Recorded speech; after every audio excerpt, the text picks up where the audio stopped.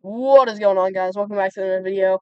And the other day, I was watching a video made by MNJTV where he was talking about some old teams that he used, like throughout every game that he's ever played of Pokemon. And I got interested by his teams because they were really good. Even ones that he said he made when he was like 7. I was like, wow, these teams are great. But that got me really thinking, what's the best possible team that a Pokemon can have? Like in a Pokemon game that you can have. So I took it upon myself to, with my scientifically expert opinion, decide what is the best team that you can have for a Pokemon game. Starting now. And before I get in too deep, here are the rules. Rule number 1, when all my Pokemon are combined together, their collective move should have coverage for every single type at least once. So, if I don't have any coverage moves in my entire team for ground types, then I cannot call it a perfect team. So, that's rule number 1. Rule number 2, the Pokemon game will be treated like if it was a super remastered version where you can trade for regional variants, you have the physical special split, basically all the good stuff that comes with games such as Mega Evolution, Gigantamax, all that jazz. Now, when it comes to regional variants that I mentioned, yeah, I mean, yeah, you can get through the game the exact same way if you use the normal version that is accessible. But this is all hypothetical speaking. Obviously, you can't get Alolan Raichu in Pokemon Fire Red and Leaf Green. Rule number 3, this must be treated like a playthrough team. So no items, no like super rare abilities, because the average player isn't going to be doing that. If you want to do that yourself, feel free to, but I don't really care enough, you know? I don't care enough to make competitively perfect teams or give them items and stuff like that because that's not the point of this. The point of this is to make your experience of getting through the game as physically easy as possible. Starting out with the first generation of Pokemon, and probably what I think is the best team that I made because it's just so well rounded overall. It's fantastic. Uh, you're gonna always want to start your Kanto team off with a Bulbasaur. Bulbasaur is the best starter that you can possibly pick. It's good against 3 of the 4 gym leaders, and it resists over half of them. It resists rock, it resists water, it resists electric, it resists grass, it resists poison, and it resists ground. Actually, no, it's neutral to ground. But resisting half of the gyms and being super effective against almost half of the gyms is insane and something that none of the Kanto starters can do, not even Pikachu or Eevee. So it's de facto best one, good against first 2 gyms. Always pick Venusaur. Um, I'm going to show like movesets at the end of each team, so if you want to see the movesets that I picked out that I think would be the best for coverage, then I'm just gonna leave those there and you can have them.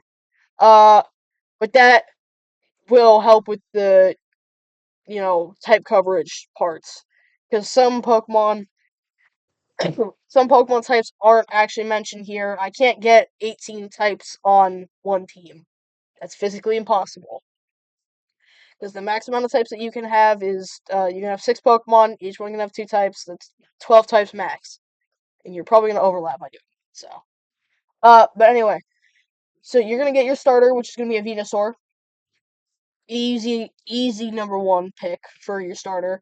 Then you're going to be picking up at Viridian Forest. You're just gonna beeline it for Viridian Forest. You can pick up a Pikachu.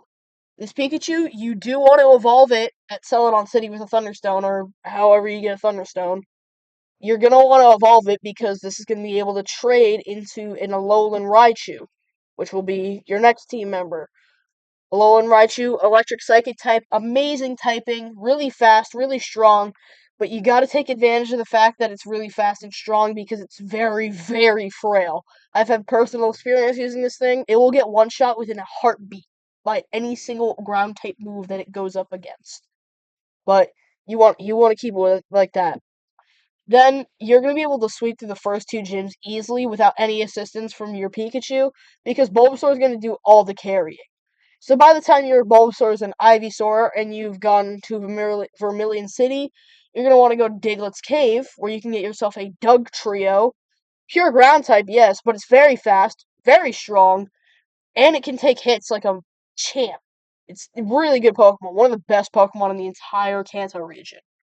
Dugtrio, phenomenal Pokemon, phenomenal.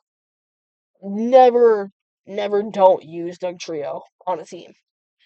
So you're going to be able to get through a good chunk of the game, but since this is using modern day Pokemon, like upgrades and like quality of life features, there's no HMs.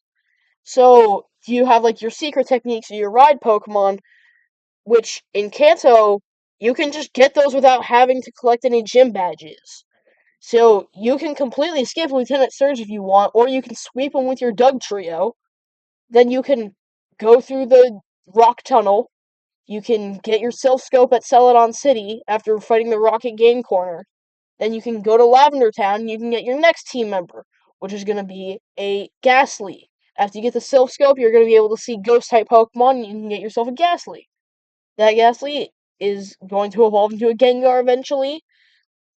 Ghost Poison type, amazing typing. It's also good against the very, very strong Psychic types that are in Gen 1. Gen 1, strong set of Psychic types, especially Alakazam. Like, that thing will screw you up. And even just in general, Gen 1 had the scariest time for Psychic types. If you were a Psychic type in Gen 1, you were the strongest. It didn't matter how low your base stat total was. So, after that, you're gonna be able to get through the Lavender Town Tower. You'll get the Poke Flute. You can completely skip Erica, or you can sweep them with Raichu. Now, I say you can sweep them with Raichu because as soon as you get into Celadon City, you get access to the T, which allows you to go into the Saffron City. So you can go into Saffron City, you can trade your Raichu for an Alolan Raichu, and now you have a Psychic type that can sweep through Erica. Then, you can get through the Snorlax, you can go down that route, and head to Fuchsia City, where you can get a good rod. You can go back to Route, I think, 22. It's the left of Viridian City. You can fish in the small pond, and you can get yourself a Poliwag. You can catch that Poliwag, evolve into a Poliwrath. You get a strong water fighting type that's going to obliterate any rock type, any ground type, any normal type, any fire type it sees. Just, blitz through them. Gone. Evaporated. Poliwrath is a great Pokemon overall. Then you can go back to Fuchsia City, get your Sea Skim technique, and then you can go over to the right route of Cerulean City, the one right outside the entrance to Rock Tunnel. There should be a surfing area where you can go in front of the power plant, and you're going to be able to encounter Dratinis there. Once you get your Dratini, that's your sixth member, which is Dragonite. Dragonite, dragon flying Pokemon, really strong, 600 base stat total. It's a beast. You never don't want to use Dragonite in a Kanto playthrough. But that's the Kanto team. And on screen, I'm going to show the team that I used for Kanto. Like the whole movesets, the abilities. I just gave them basic abilities that they would have. And those are the movesets that I used to get the extra coverage that you would need to play this out. These are the defensive and offensive stats for this team. The defensive stats are not amazing, but the Pokemon do rely on you switching out with each other in order to deal more damage. So, yeah. That's the Gen 1. Next up is the Gen 2 team.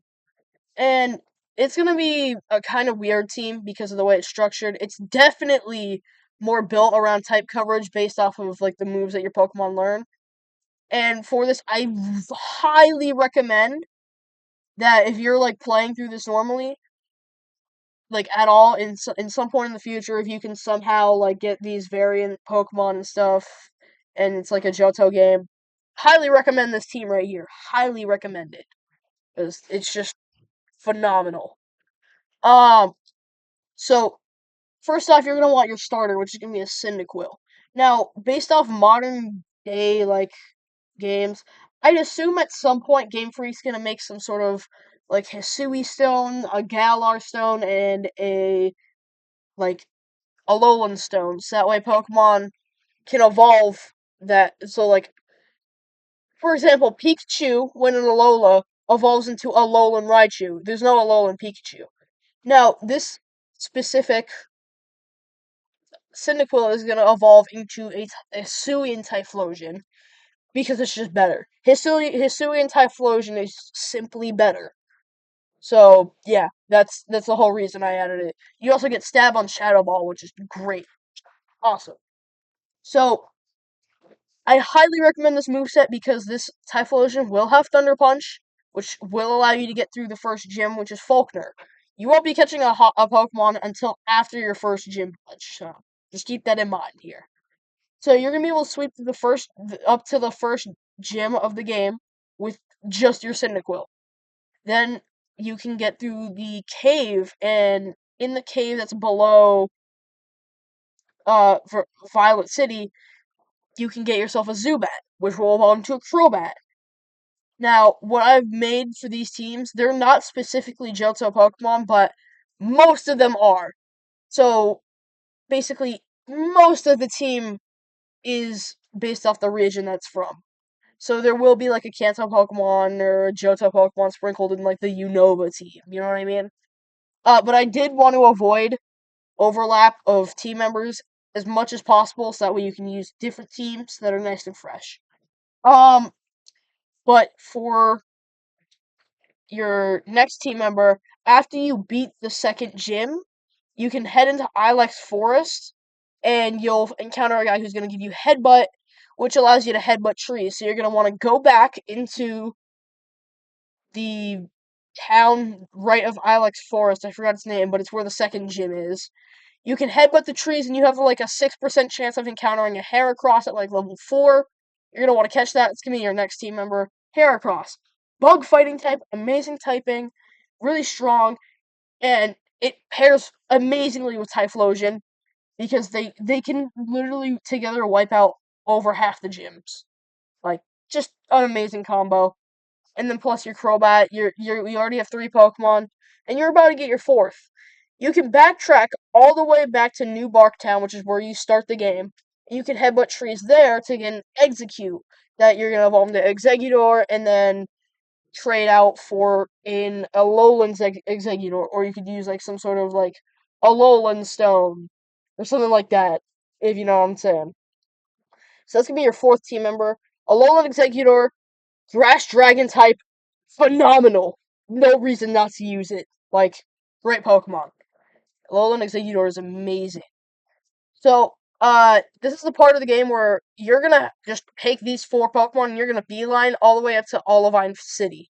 So, Morty, which is going to be your 3rd gym leader, you're going to be able to deal with him easily, even though your Typhlosion hasn't been, even though your Quilava isn't a Typhlosion. Your Crobat will have Bite and Crunch around this level, so you'll be able to just use that through the gym. And I'm pretty sure Quilava can learn Shadow Claw, so that's also nothing to worry about too much.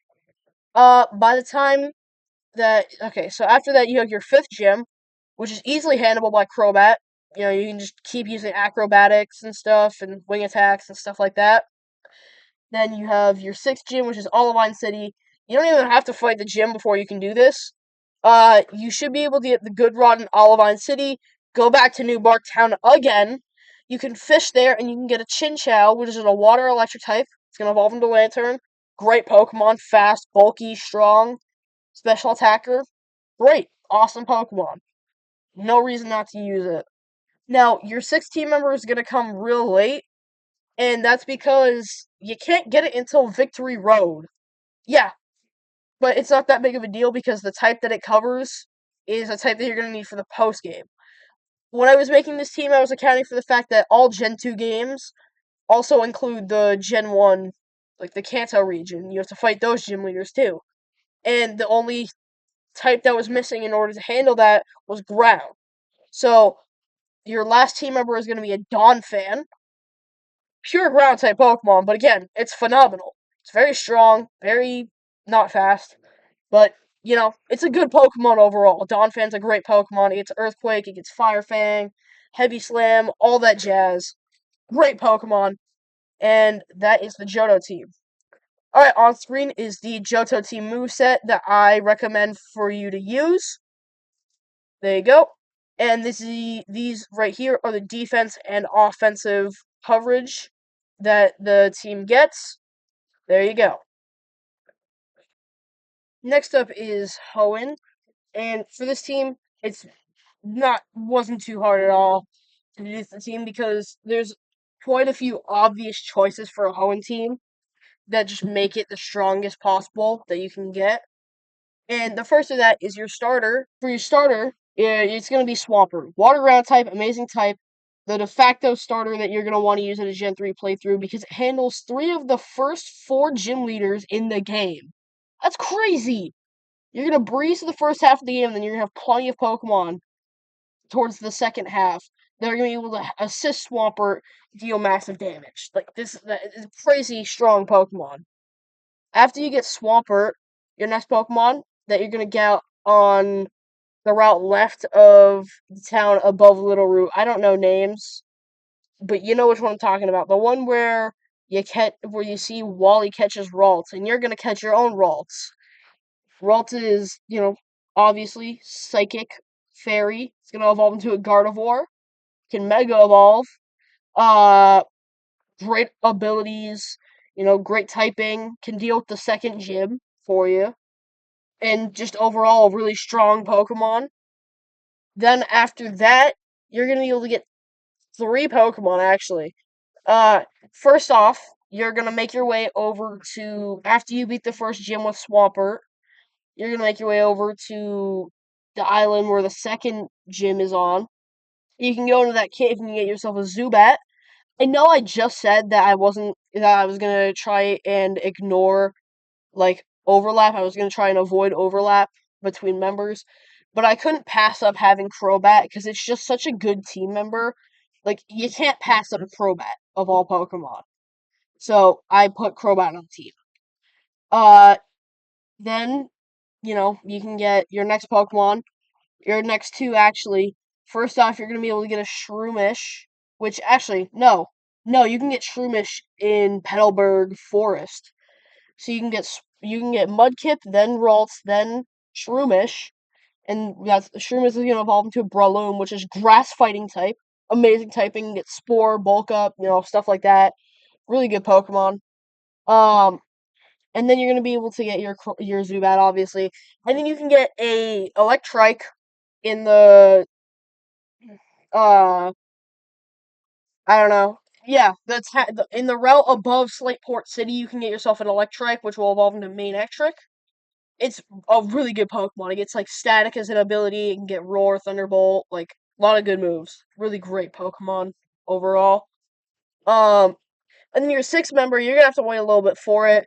But right outside of Lily Cove City, where the Pokemon Safari Zone for Gen 3 is, you're gonna be able to get yourself a Shuppet, and that's just gonna evolve into a Banette. Really strong Pokemon. It is a pure Ghost type, but it's really strong. It's better than the other option that I was gonna go for, which was Sableye. Because Sableye has this base stat total of 395. Even when it Mega Evolves, it's still weak sauce. And Banette's gonna have like a 500 base stat total when it Mega Evolves, so at least it's good. But yeah, this is the team for, Hoenn. I'm gonna put up the move sets that I would recommend right here. There you go. And right here are the defense matchups and offense matchups. And there you go. That is the Hoenn team. Alright. Next up for Gen 4, we have probably the fastest round because you're going to be able to get all these Pokemon in quick succession of each other. First off, you're going to pick your starter as Infernape. Infernape is able to deal with 4 of the 8 gyms. Now, you may say, oh, but Key, Cortera also deals with 4 of the 8 gyms. However, Infernape deals with the lower half of the gyms. During the first 4 gym badges of the game, you're gonna have a lot more restricted team members. But after that point, after halfway through the game, you're gonna have a lot of options for your team. So I think it's more crucial to have a Pokemon that can deal with the early game a lot better than a Pokemon that can deal with the late game a lot better. And besides, Infernape is a lot faster and stronger and can take out a lot of damage.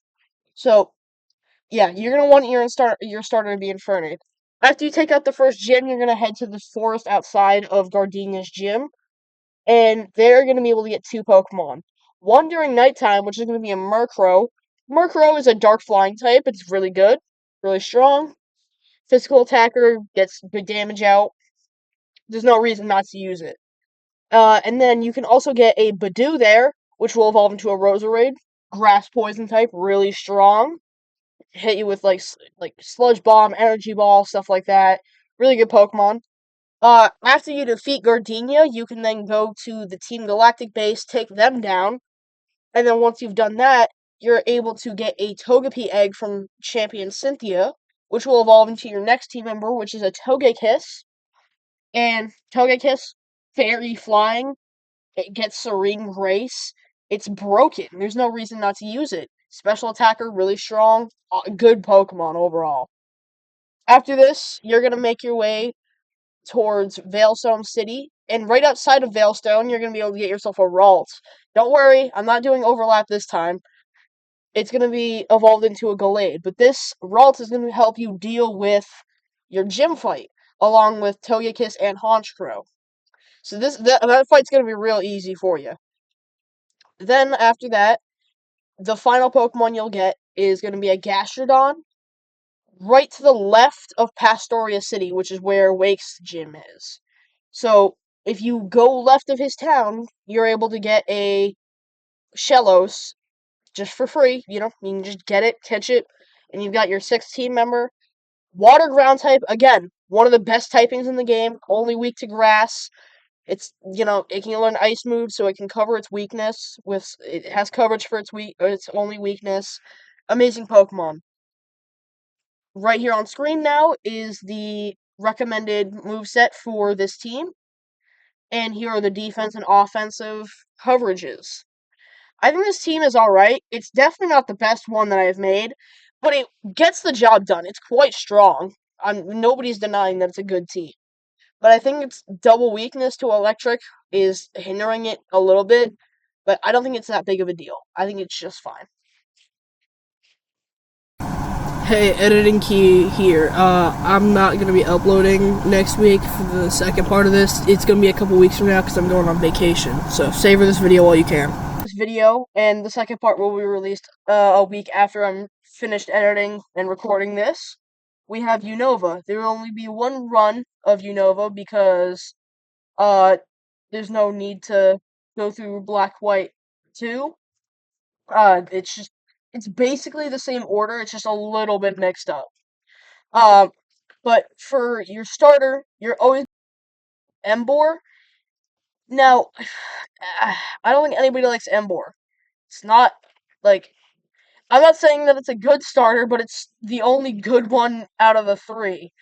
It takes care of 3 of the 8 gyms, so, I mean, it's not terrible, but it's really the main reason this is gonna take a while.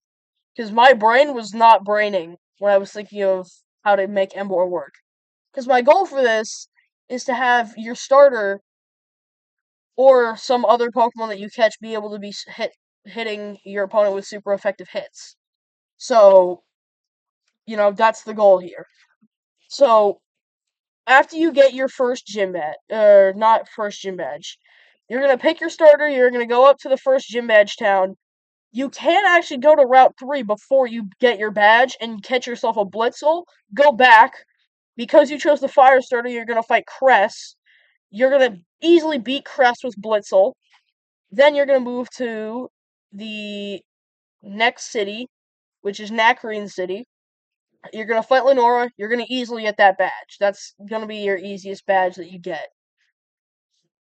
After that, you're going to go right outside of Nacreon City. You're going to be in Pinwheel Forest, where you can get yourself a Cottonee, which is your third team member. It's a Grass Fairy type, really strong. It gets Con Guard, all that good stuff. Just always a good Pokemon to have on your team. After that, you're going to go through Castelia City. You're going to be able to get your badge there. On Route 4, you can get your next Pokemon, a Sandile, which is going to evolve into Crocodile. Dark ground type, it can get like Moxie, Intimidate, both really good abilities. Really, really great Pokemon. No reason not to grab it. For a hot minute though, you're not gonna get any Pokemon. And by a hot minute, I mean 2 gym badges. With your new Sandile, you're gonna easily beat Nimbasa City's gym. Uh, and you go through Driftvale Bridge into Driftvale City. You're gonna easily beat him because you have your Whimsicott, who's gonna sweep through that.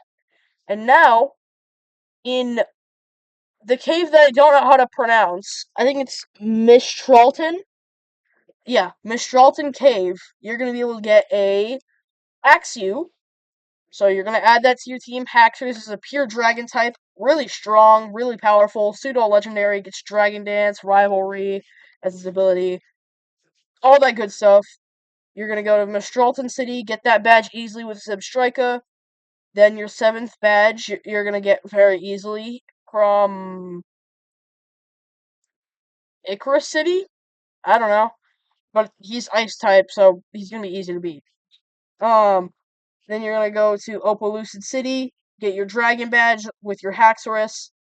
And then on Route 10, you can finally get your next Pokemon and your final team member, which is going to be a Rufflet that will evolve into Hisuian Braviary. By like some sort of Hisui stone or something. I've already brought it up. But it's a Psychic Flying type, really strong, special attacker, Calm Minds, all that stuff. And then you can beat the game after that. On screen right now is the recommended movesets that I would give your Pokemon. Alright, and here are the offensive and defensive coverage for these teams. And that's going to do it for today's video. I hope you guys enjoyed. And if you have any other, like, interesting ideas for me to make videos about, let me know in the comments down below, because I'm interested. I like these kind of videos. But yeah, that's gonna be it for now. So until next time, guys, Ariados!